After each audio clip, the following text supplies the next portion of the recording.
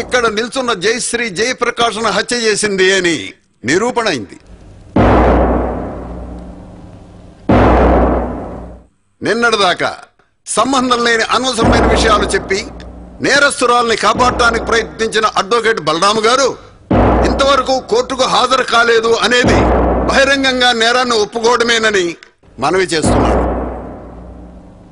అన్ని శిక్షల కంటే అధిక పక్ష శిక్ష అయిన మరణ శిక్ష ఇవ్వాలని గౌరవనీయులైన కోర్టు వారిని కోరుతున్నాను.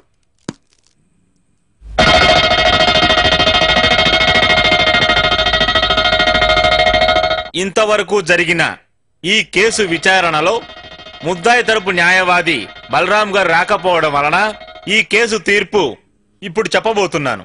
1 minute, sir.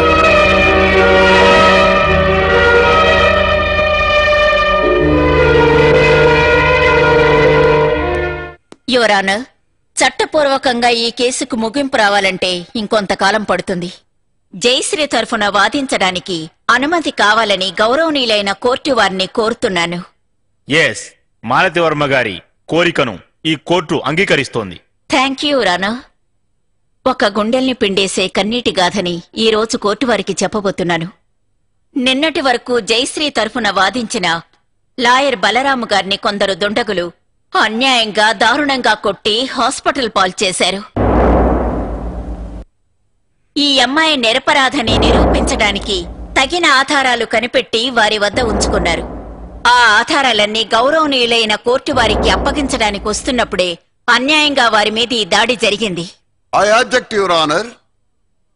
తన కూతుర్ని కాపాడుకోవాలనే మరొక రకమైన కథను అల్లి గౌరవనీయులైన మాల్తీ గారు ఇప్పుడు ఇక్కడికి వచ్చారు. అడ్వకేట్ బలరాము గారిని గాయపరిచారని అబద్ధాలు చెప్పి కోర్టు వారిని నమ్మించడానికి ప్రయత్నించడం ఇది ఒక కపట నాటకమేనని నేను గౌరవనీయులైన కోర్టు వారికి తెలియపరుస్తున్నాను. ప్రాసిక్యూటర్ గారు అడిగిన ఆధారాలు మీ దగ్గర ఉన్నాయా? Evidence your honour, evidence.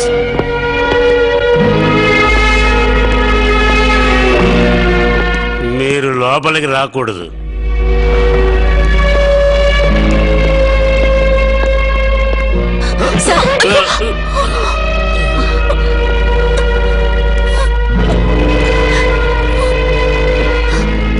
Your honour, ఈ ఆధారాల్ని పరిశీలించారంటే జయశ్రీ నిరపరాధని తేలుతుంది.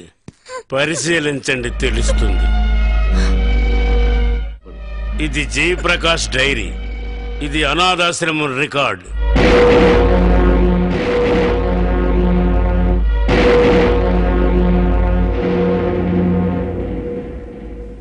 You proceed. Wish you all success. Sir!